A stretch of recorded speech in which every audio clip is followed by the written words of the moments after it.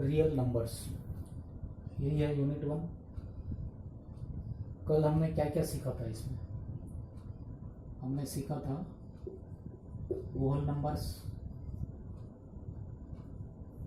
क्या होते हैं, उनकी डेफिनेशन सीखी थी। नेचुरल नंबर्स, इंटीजर्स,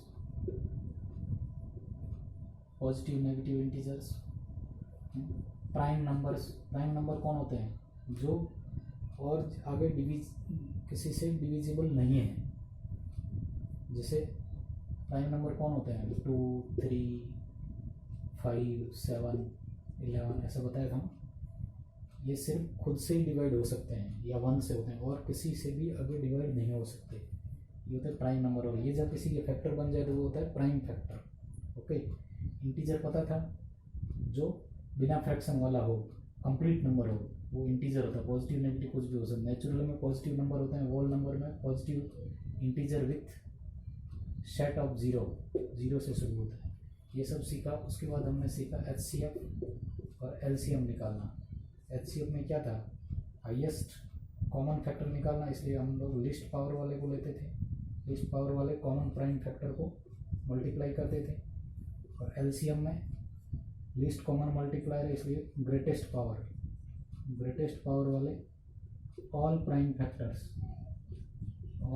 फैक्टर्स का मल्टीप्लिकेशन करते थे। पता चल गया इतना?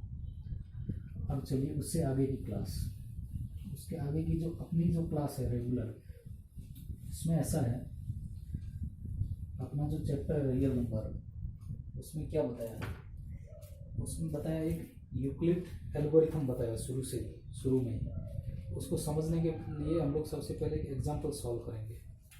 ये बुक में एक एग्जाम्पल दिया है, ये एग्जाम्पल मैं आपको बताऊंगा ना।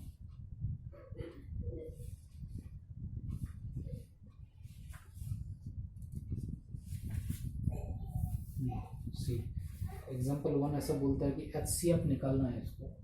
फाइंड HCF इसका 4052 एंड 12576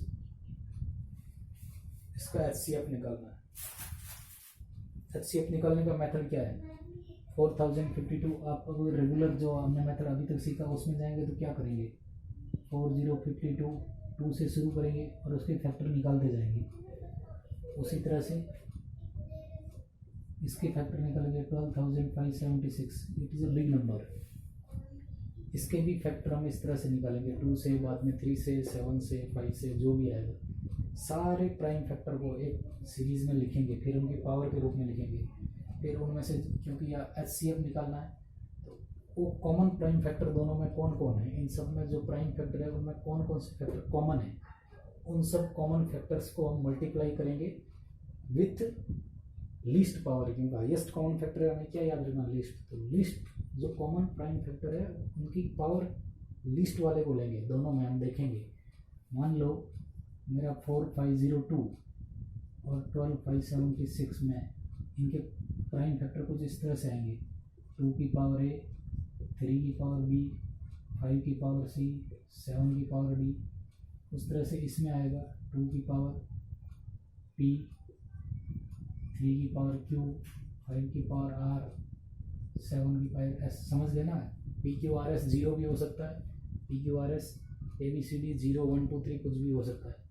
अब हम देखेंगे जो कॉमन फैक्टर्स हैं उनकी जो लिस्ट पावर वालों को लेंगे। दोनों में देखेंगे A और P में छोटा कौन है, उनको लेंगे, फिर उनको मल्टीप्लाई करते रहेंगे। जो कॉमन फैक्टर है उनको, जो फैक्टर इसमें भी होगा, जो इसमें भी होगा, सिर्फ उनको लेंगे। इस तरह से हम HCF निकालेंगे। लेकिन ये प्रोसीजर क्या हो जाएगा? बहुत ज़्यादा लंबा हो जाएगा ये प्रोसीजर।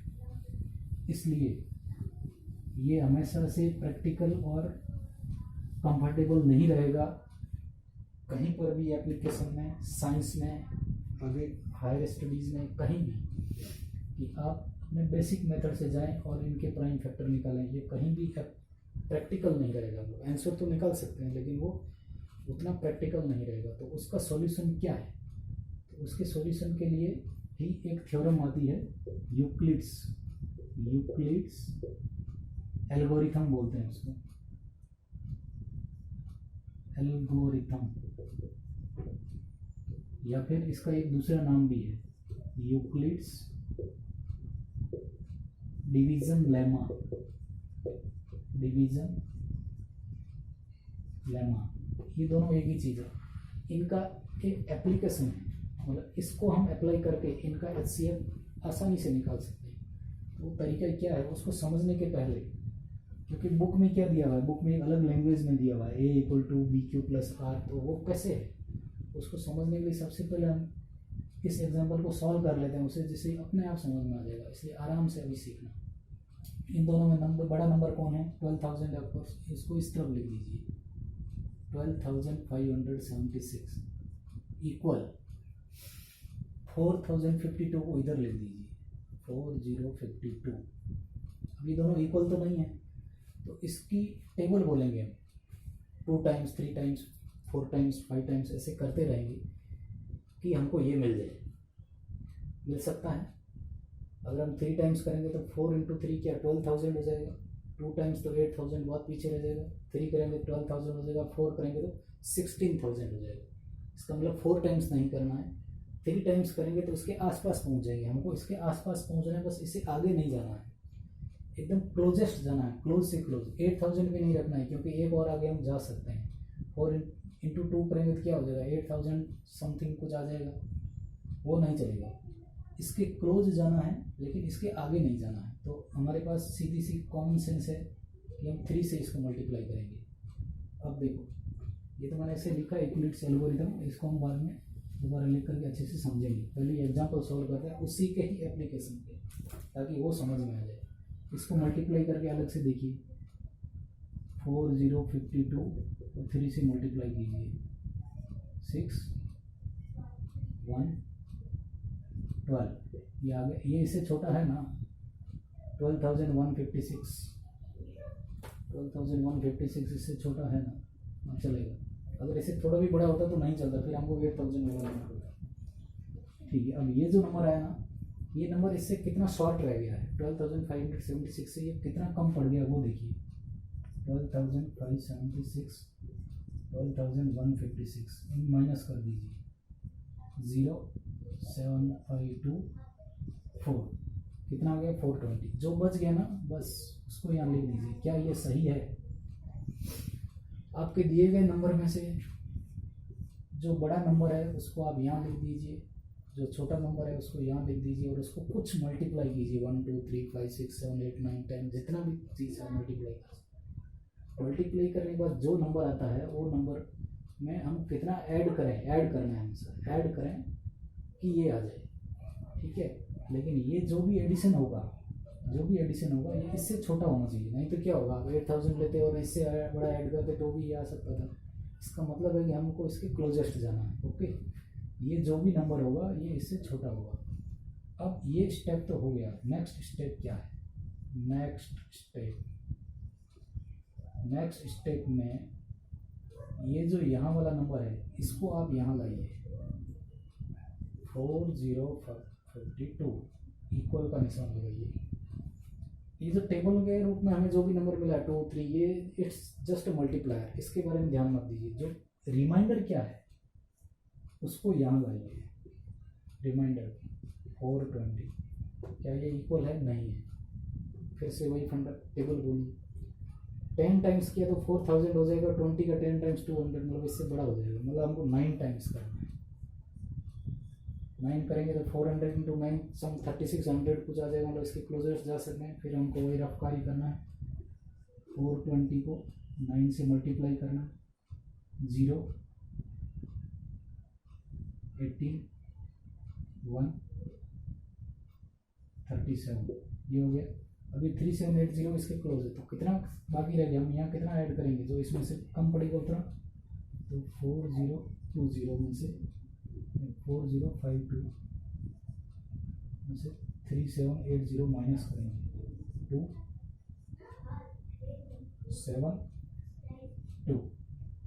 272। ओके, तो ये 272 अपना इस बार का रिमाइंडर है। ओके, ये अगला स्टेप हो गया। तो ये बराबर है कि नहीं? 420 को 9 से मल्टीप्लाई कर जो कुछ आएगा उसमें इतना ऐड करेंगे तो ये मिल जाएगा। इसका मतलब ये जेन्युइन है। अब हमने जो यहाँ से यहाँ आने में किया है, अगले स्टेप में फिर वही करना है। नेक्स्ट स्टेप जो आपका यहाँ वाला नंबर है ये यहाँ आएगा 420 इक्वल टू जो रिमाइंडर है वो यहाँ आएगा 272। फिर से वही सेम चीज़ आपको रिपीट करते रहना हर स्टेप। बड़ा नंबर इधर रखना, छोटा नंबर इधर रखना, कुछ मल्टीप्लायर से मल्टीप्लाई करना, उसके क्लोज जाना, जितना कम पड़ जाता है उतना उसमें ऐड कीजिए ताकि ये नंबर आ जाए। उसके बाद इधर वाले को भूल जाइए, ये इन 2 नंबरों के बारे में सोचिए, बस इसको भूल जाना है। बड़े वाले को उठा के यहाँ रखिए, छोटे वाले को उठा के यहाँ रखिए, फिर उसको कुछ मल्टीप्लायर कीजिए कि उसके क्लोज चले जाएँ, क्लोज में जितना बाकी रहेगा वो यहाँ रखिए। ये आपका ये स्टेप कंप्लीट हुआ। इससे अगले स्टेप में जाने के लिए बड़ा नंबर क्या है इन दोनों में से, यही होगा ऑफकोर्स, ये बड़ा ही होता है, वो छोटा।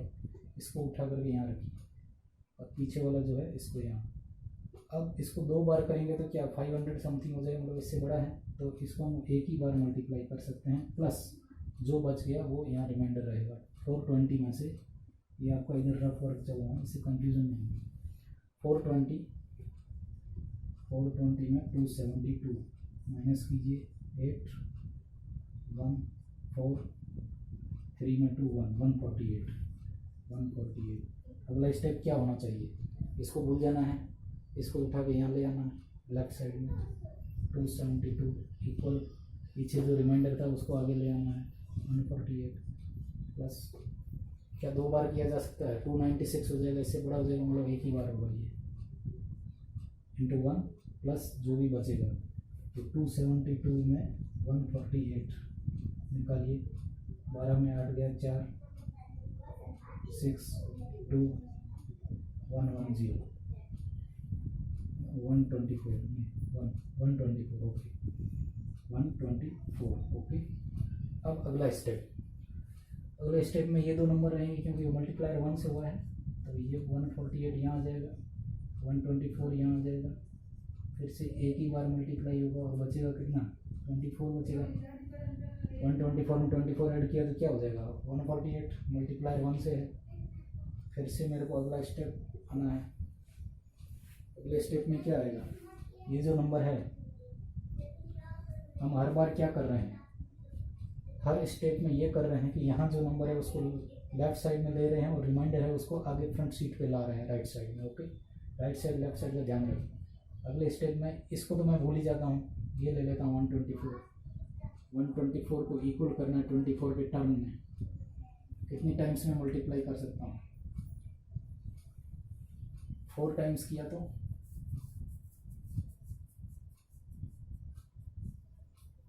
4 टाइम्स करेंगे तो 96, 5 टाइम्स करेंगे तो 120, 5 टाइम्स प्लस कितना बच जाएगा 4 बच गया कि नहीं, 24 इंटू 5 120 120 प्लस 4 124।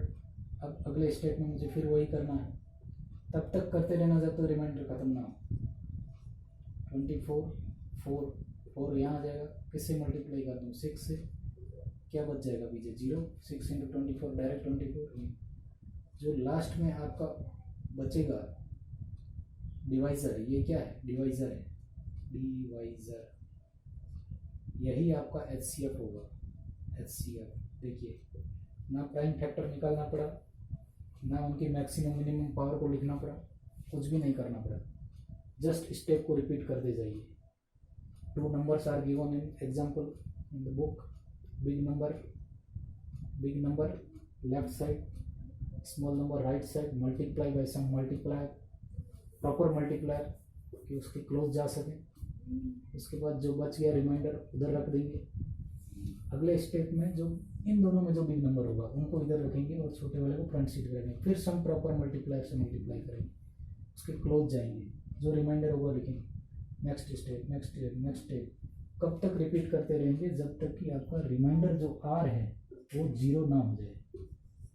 जब तक कि लास्ट वाला रिमाइंडर 0 नहीं होगा तब तक हम इस एक्सरसाइज को रिपीट करते जाएंगे। ओके,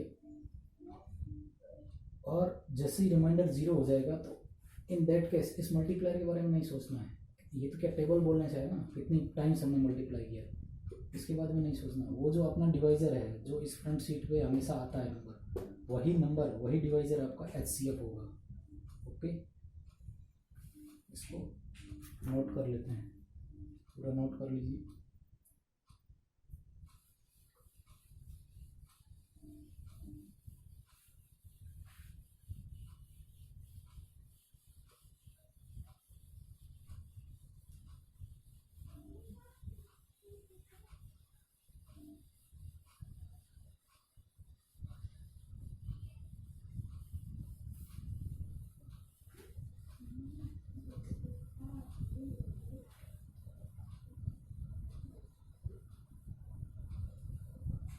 ओके, तो कुल मिला के हमने क्या देखा, हमारे पास कोई नंबर थे ए और बी, ठीक, इनका हमको HCF निकालना था,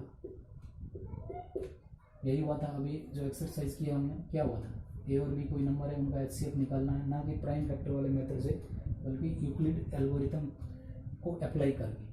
हम क्या कर रहे थे, ए को इधर लिख रहे थे, माना कि ए बड़ा है, यहाँ पर हमने ऐसा माना है A is big than B, A is bigger than B, A equal to B multiplied by some Q, किसी भी Q, Q is integer, 1 2 3 4 5 some multiply किया, और जो पीछे बच गया था वो आर था, बी को क्यू से सम मल्टीप्लाई किया तो सम ऐड किया जाए आर, उसमें कुछ ऐड कर दे कि हमको ए मिल जाए, ठीक है। तो यूक्लिड्स एल्गोरिथम क्या बोलता है, इफ टू नंबर्स ए और बी, जो दो इंटीजर हैं, can be expressed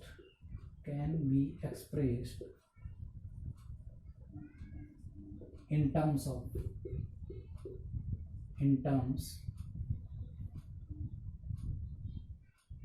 as a equal to bq plus r, where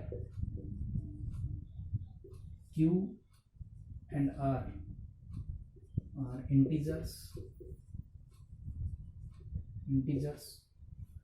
unique integers actually, ये इनके लिए यूनिक होगा, क्योंकि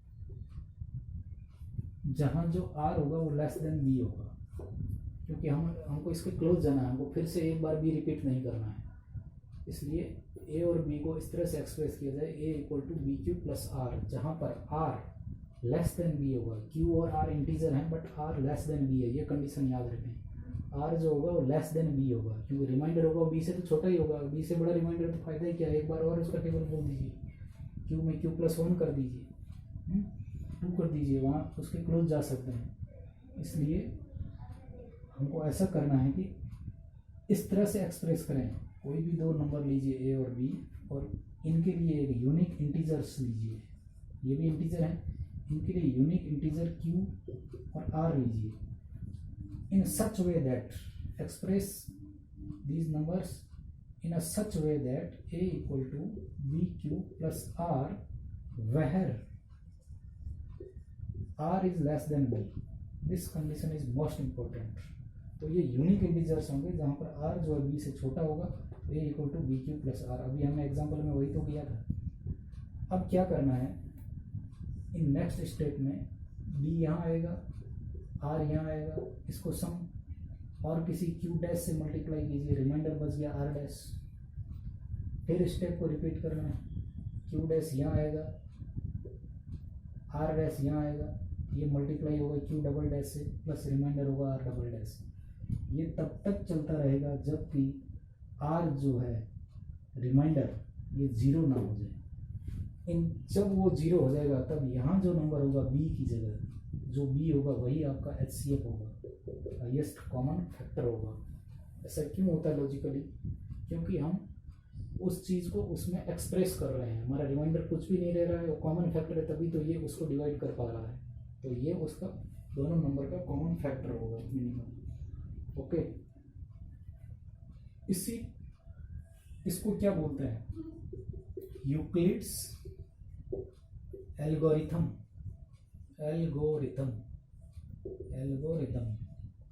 या फिर Euclid's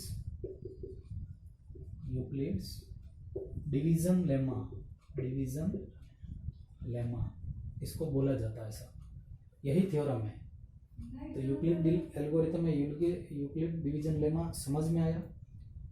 2 numbers are a and b which are integers, for those a and b some unique integers q and r must be existing in such a way that r should be less than b, so a equal to bq plus r. It can be expressed, two numbers a and b can be expressed as a equal to bq plus r.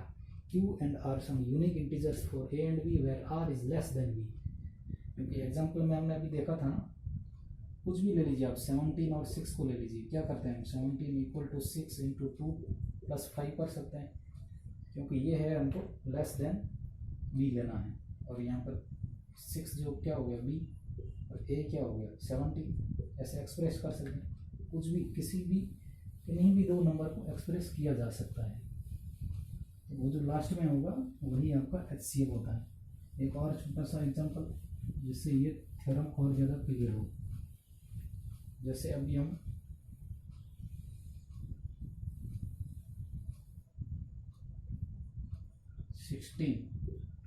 And 40 इन दोनों का HCF निकालते हैं। Prime factor से तो निकाल सकते हैं, वो मेथड हमें पता है, हम रेगुलर मेथड से देखेंगे। हमारा यूक्लिड्स एल्गोरिथम क्या बोलता है, a equal to B Q plus R, b is 6, q is some multiplier which can go as close as possible, should be 2 and 3 times, then 48 इससे बड़ा हो जाएगा तो इससे छोटा रखना है, 32 प्लस 8 जो बच गया। अब हमको यही सेम एल्गोरिथम जो यहाँ से आया है a equal to B Q plus R algorithm है, ये यूक्लिड्स एल्गोरिथम, यूक्लिड्स डिवीजन लेना, ये सेम रिपीट करना है। तो इन दोनों में कौन बड़ा नंबर है, यही होगा ऑफकोर्स। इसको यहाँ लेना है 8 multiplier by some close and remainder will be 0। तब तक रिपीट करते रहना जब तक 0 ना हो, और जो लास्ट में जो डिवाइजर आएगा, डिवाइजर यही आपका HCF होगा। तो इन दोनों का HCF क्या हो गया 8 हो गया कि नहीं। ये सिंपल है, सिंपल ध्यान में रखना है, कोई भी दो नंबर को उन दोनों के some multiplier and some remainder के रूप में एक्सप्रेस किया जा सकता है, a equal to B Q plus R, r is less than b। अभी हम लेंगे अगला एग्जांपल। अगला एग्जांपल कुछ नहीं, एक टर्म के रूप में हमको प्रूव करने को बोला है। Every positive integer is in the form of q, form of 2q, every positive odd integer will B 2q plus 1। Okay, ये आपको प्रूव करना है। पॉजिटिव क्वेश्चन क्या है, एग्जांपल नंबर जो 2 है ना, ये कहता है कि पॉजिटिव इवन इंटीजर जो होगा 2q होगा, और पॉजिटिव ऑड इंटीजर होगा 2q प्लस 1 होगा। q is positive integer, q belongs to positive integer, any positive integer q, कोई भी एनी है, ये एनी है, any positive integer will be in the form of 2q and any positive odd integer will be in form of 2q plus 1। ये आपको prove करना था। मैं आपको एक नंबर लेता हूँ, let any number which is positive integer. Okay, हमने ये कंडीशन रखी, पॉजिटिव इंटीजर वो है ए कोई भी एक पॉजिटिव इंटीजर हो सकता है, हमें नहीं पता कि वो ऑड है या इवन है, कोई भी हो सकता है ए। ओके,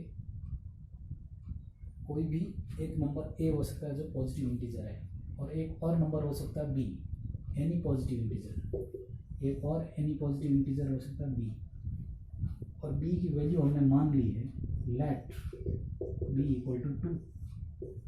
क्यों माना ये बाद में समझ में आएगा, क्योंकि हमको क्या करना है अल्टीमेटली यूक्लिड्स एल्गोरिथम फॉलो करना। यूक्लिड्स एल्गोरिथम क्या बोलता है, a equal to B Q plus R बोलता है, तो क्यू के आगे 2 आना चाहिए कहीं ना कहीं प्रूव करने के लिए, इसलिए हमने b को 2 माना है। b को क्या माना है 2। अब हमको वही थ्योरम लिखनी है, a equal to B Q plus R, it can be expressed where R less than b। Okay, हमने बी को कितना माना प्रूव करेंगे 2, तो A will be what 2q plus R, और आर क्या होगा लेस देन 2 होगा। क्या क्या वैल्यू हो सकती है आर की वैल्यू 0 और 1 हो सकती है, हो सकते हैं ना। q एंड आर सब इंटीजर्स हैं, और आर जो है ये q है जो इंटीजर है, पॉजिटिव या जीरो भी हो सकता है, सम इंटीजर है q। तो अब देखिए, तो वैल्यू रख देते हैं आर की, एक बार 0 रखते हैं एक बार 1 रखते हैं, तो क्या आ जाएगा 2q एंड 2q प्लस 1 आएगा। मतलब आपकी दुनिया भर में जितने भी ए होंगे, हमने क्या माना let any number which is positive integer है, जितने भी पॉजिटिव इंटीजर होंगे वो या तो 2q होंगे या 2q प्लस 1 होंगे। अब इसमें सीधा सा बताइए 2q क्या है, 2q इज डिविजिबल बाई 2 है, डिविजिबल बाई 2, सो ये क्या हो जाएगा इवन। और 2q प्लस 1 क्या है, ये डिविजिबल नहीं है क्योंकि 2 से ये डिवाइड हो जाएगा, पीछे q एक इंटीजर आ जाएगा, लेकिन 1 तो डिवाइड नहीं होगा, इसलिए ये नॉट डिविजिबल है, नॉट डिविजिबल बाई 2, सो ये क्या हो जाएगा ऑड। तो प्रूव हो गया कि नहीं।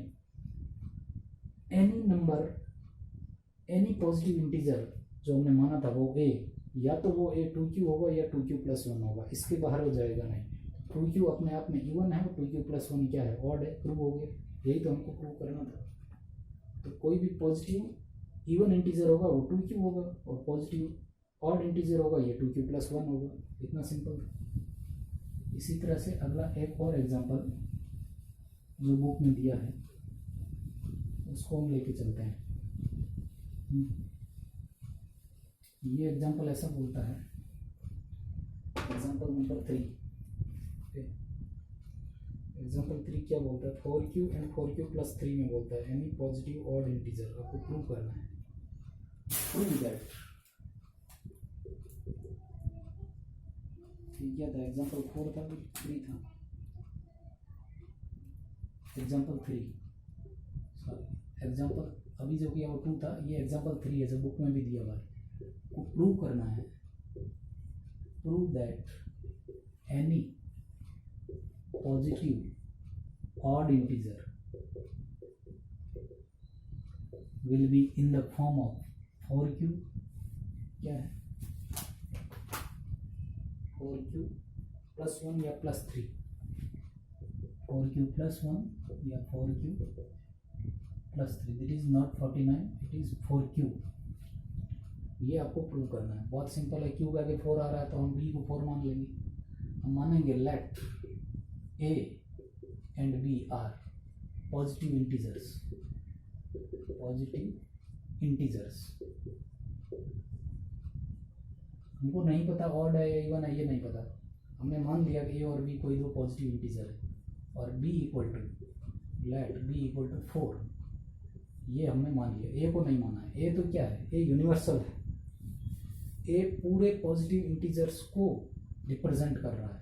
तो a इक्वल टू हम लिख सकते हैं b q plus R, where R should be less than b। ये है हमारी Euclid's theorem, Euclid division lemma ये बोलता है कि कोई भी दो इंटीजर्स को आप a equal to B Q plus R में लिख सकते हैं, R should be less than b, q and R are integers, unique integers for a and b, ऐसा लिख सकते हैं। b हमने कितना माना है 4, तो यहाँ पर लिख दीजिए 4q प्लस आर, ठीक है। तो r less than b 4, r की वैल्यू क्या हो जाएगी 0 हो सकती है, 1 हो सकती है, 2 हो सकती है, 3 हो सकती है। r एक इंटीजर कुछ भी हो सकती है इसकी वैल्यू, नॉन नेगेटिव इंटीजर है r, तो अलग अलग वैल्यू रख दीजिए। 4q 0 रखा तो 4q आया, 4q प्लस 1, 4q प्लस 2 और 4q प्लस 3। ये दो के बारे में सोचिए, ये दोनों 2 से डिवाइडेबल है कि नहीं, है ना। 2q प्लस 1 आ जाएगा, इसको डिवाइड करेंगे तो क्या आ जाएगा 2q प्लस 1, ये क्या आ जाएगा 2q आ जाएगा। इसका मतलब ये तो हो गया ऑड, हमको प्रूव करना था ऑड इंटीजर के बारे में, ये दोनों तो हो गए इवन। ऑड इंटीजर कौन रह गए बाकी 4q plus 1 and 4q plus 3, ये डिविजिबल नहीं है, 2 से डिवाइड करेंगे ये हो जाएगा, ये नहीं होगा, ये 4q हो जाएगा, पीछे वाला 3 नहीं होगा। तो प्रूव हुआ कि नहीं कि any positive odd integer will B lie in the form of 4q+1 and 4q+3 जब हम b को 4 मान लेते हैं। कोई भी पॉजिटिव ऑड इंटीजर इस फॉर्म में लाई करेगा। तो ये आपका एग्जांपल 3 भी हो गया।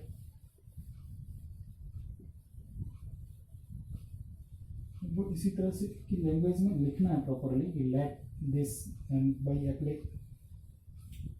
Bye applying Euclid theorem A equal to BQ+R where R is less than B we can express them.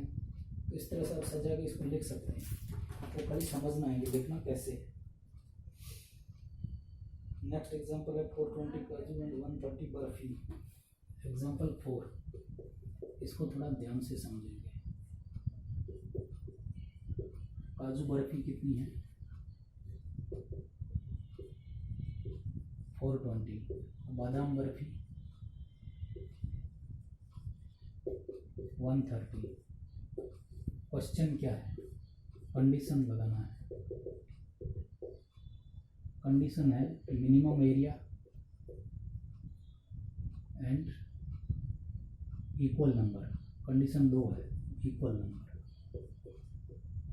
ये क्वेश्चन में दिया हुआ है कि शॉपकीपर के पास 420 जो है काजू वाली बर्फी है और 130 जो है बादाम वाली बर्फी है। तो उसको ऐसे ट्रे में लगाना है, स्टैक्स में।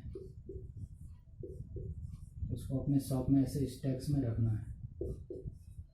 एक स्टैक में कितना रखना चाहिए काजू बर्फी? क्या सभी स्टैक में एक एक पीस रख देना चाहिए तब तो सब में बराबर आ जाएगा? वो ऐसा कहता है क्वेश्चन में कि आपको सभी स्टैक्स में इक्वल नंबर रखने हैं, चाहे वो काजू के हो चाहे बर्फी के हो। 5 रखेंगे तो सब में 5-5 आने चाहिए। तो क्या होगा, आप एक एक रखेंगे तो ठीक है, 2-2 रखेंगे ठीक। मान लीजिए कोई बोला 3 रखेंगे, 4 रखेंगे या 8 रखेंगे, 20 रखेंगे, तो ऐसा भी हो सकता है कि पीछे कुछ बाकी रह जाए। अब आप 3 से देखिए, 3 से बाकी रह सकता है। 130 का तो 3 से डिवाइड, लेकिन 103 से डिवाइड नहीं, 3 करेंगे तो बाकी रह जाएगा। 4 करेंगे तो हो सकता है इनमें से कुछ बाकी रह जाए ऐसा।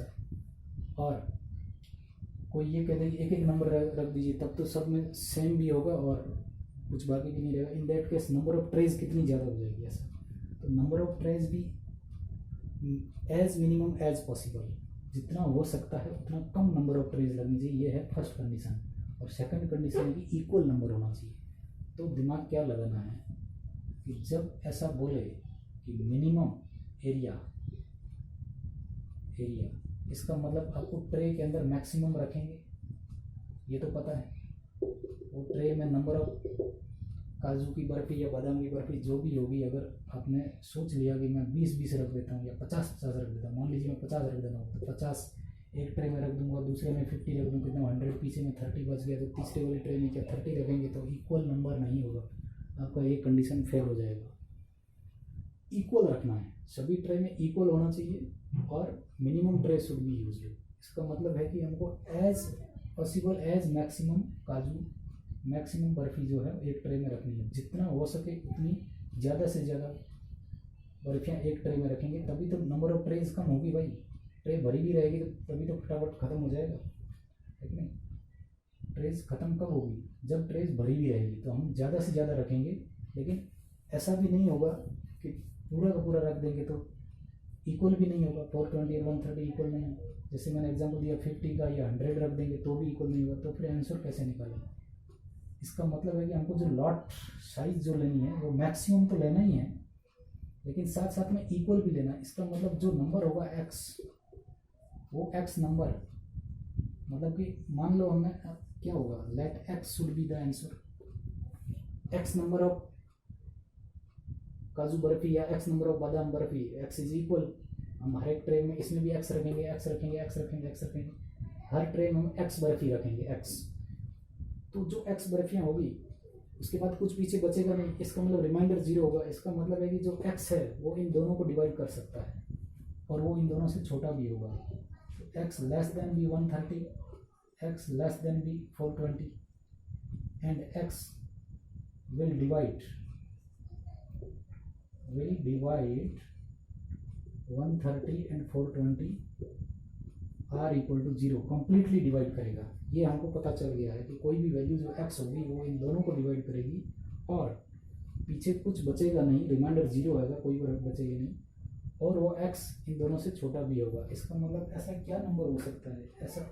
और एक चीज़ ध्यान है ना कि आपको मैक्सिमम रखना है। इसका मतलब x should be highest. X क्या होगा, हाईएस्ट होना चाहिए, एज पॉसिबल एज एक्स बड़ा होना चाहिए ना, तभी तो ट्रे भरेगी। तो एक्स हाईएस्ट होना चाहिए और एक्स इन दोनों को डिवाइड भी करना चाहिए। इसका मतलब क्या हो गया कि एक्स एक ऐसा फैक्टर होगा, एक्स एक ऐसा नंबर होगा, वो जो एक्स आपका होगा वो एक्स ऐसा नंबर होगा जो 130 और 420 दोनों को डिवाइड कर देगा और पीछे आर 0 आएगा, कोई रिमाइंडर नहीं होगा, और एक्स हाईएस्ट भी होगा, हाईएस्ट भी होगा। इसका मतलब क्या हुआ, कुछ समझ में आ रहा है। हाईएस्ट कॉमन फैक्टर, कॉमन तो है, एक्स दोनों का फैक्टर, एक्स जो है वो इसका भी फैक्टर है, इसका भी फैक्टर है ना, इसको भी डिवाइड कर सकता है, इसको भी डिवाइड कर सकता है, इसका मतलब दोनों का फैक्टर है, हाईएस्ट है और कॉमन है। इसका मतलब एक्स क्या है, एचसीएफ है। एचसीएफ का डेफिनेशन क्या है, हाईएस्ट कॉमन फैक्टर। मतलब क्या हुआ, क्वेश्चन हमसे पूछ रहा है कि 420 और 130 का एचसीएफ निकालिए, इतना सिंपल है। तो सोचना सिर्फ इतना था कि मिनिमम एरिया यूज करने के लिए एक ट्रे के अंदर मैक्सिमम बर्फी रखेंगे, जो मैक्सिमम बर्फी रखेंगे इसका मतलब एक्स जो होगा वो हाईएस्ट होगा और पीछे कुछ बचना नहीं चाहिए, तभी तो इक्वल नंबर आएगा। पीछे कुछ बचेगा नहीं, इसका मतलब एक्स जो है उन दोनों का कॉमन फैक्टर होगा। मतलब क्या है, हमको हाईएस्ट कॉमन फैक्टर निकालना है। ओके, तो अब हम वही यूक्लिड एल्गोरिथम लगा देंगे। 130 इंटू वाट, 130 इंटू 3 किया तो 390 आ जाएगा, प्लस 39 होता है ना, 13 इंटू 3 39, 390, 390 प्लस वाट 30। फिर से रिपीट करते रहिए। ये भी चीज़ जो बी है वो लेफ्ट साइड में चला जाता है और रिमाइंडर बच गया वो यहाँ आ जाता है। 30 मल्टीप्लाई बाई 4 120 हो जाएगा, प्लस 10 रह जाएगा पीछे। अब जो अगले स्टेप में है ये 30 यहाँ आ जाएगा, क्योंकि पीछे रिमाइंडर जब तक 0 नहीं आता तब तक हमको करते रहना है। इस बार 0 आ गया, 10 यहाँ आ गया, 10 इंटू 3 30, 30 30 इक्वल पीछे रिमाइंडर 0। इसका मतलब जो आपका लास्ट डिवाइज़र है, डिवाइज़र वही तो आपका एचसीएफ है। इसका मतलब ये हुआ कि 130 और 420 इन दोनों का एचसीएफ क्या हो गया, एचसीएफ हो गया 10। एचसीएफ भी एक्स था, एक्स इक्वल टू 10। इसका मतलब हर ट्रे में हम कितने रखेंगे, एक्स रखेंगे। 10 10 10 10 10 बर्फी अगर हम सब में रखेंगे तो आपकी number of trays will be minimum, क्योंकि उससे कम कहीं किया नहीं जा सकता और पीछे कुछ बचेगा भी नहीं, मतलब सब में इक्वल क्वांटिटी भी आएगी। निकालने का तरीका, सबसे पहले मैं सोचा मिनिमम एरिया था, इसके लिए हम ट्रे में मैक्सिमम रखेंगे। मैक्सिमम रखेंगे मतलब एक्स जो वैल्यू होगी वो हाईएस्ट होगी, लेकिन इन दोनों को डिवाइड कर सकेगी क्योंकि पीछे कुछ रहना नहीं है, इक्वल नंबर आना। इसके लिए कॉमन फैक्टर भी होना चाहिए। तो हाईएस्ट कॉमन फैक्टर निकालने का तरीका यूक्लिड एल्गोरिथम में 420 इधर रखा, 130 इधर रखा, फिर सम मल्टीप्लायर, देन जो पीछे रह गया, और इस तरह से करके ये हमने एग्जाम्पल 4 जो है सॉल्व किया है। तो आज हमने सीखा यूक्लिड एल्गोरिथम क्या है, A equal to B Q plus R है, आर जो है बी से छोटा है, इस तरह में। और इस स्टेप को रिपीट करते रहना है। जब जो आखिरी डिवाइडर होगा आपका बी, वही आपका एचसीएफ होता है, ये हाईएस्ट कॉमन फैक्टर होता है, क्योंकि वो दोनों को डिवाइड कर देता है, पीछे रिमाइंडर 0 रह जाता है। कॉमन फैक्टर का मतलब वही होता है कि कंप्लीट डिवाइड कर सके उसको। ओके, ये आपका यहाँ तक हो गया। इसके आगे जो एक्सरसाइज दी हुई है उसको हम कल कंप्लीटली सॉल्व करेंगे आगे की क्लास में, कि दिए गए जो एग्जाम्पल और एक्सरसाइज बुक्स के हैं उसको हम पूरी अच्छी तरह से समझ के पूरा सॉल्व करेंगे, ताकि एग्ज़ाम में उसको अच्छी तरह से लिख पाएँ।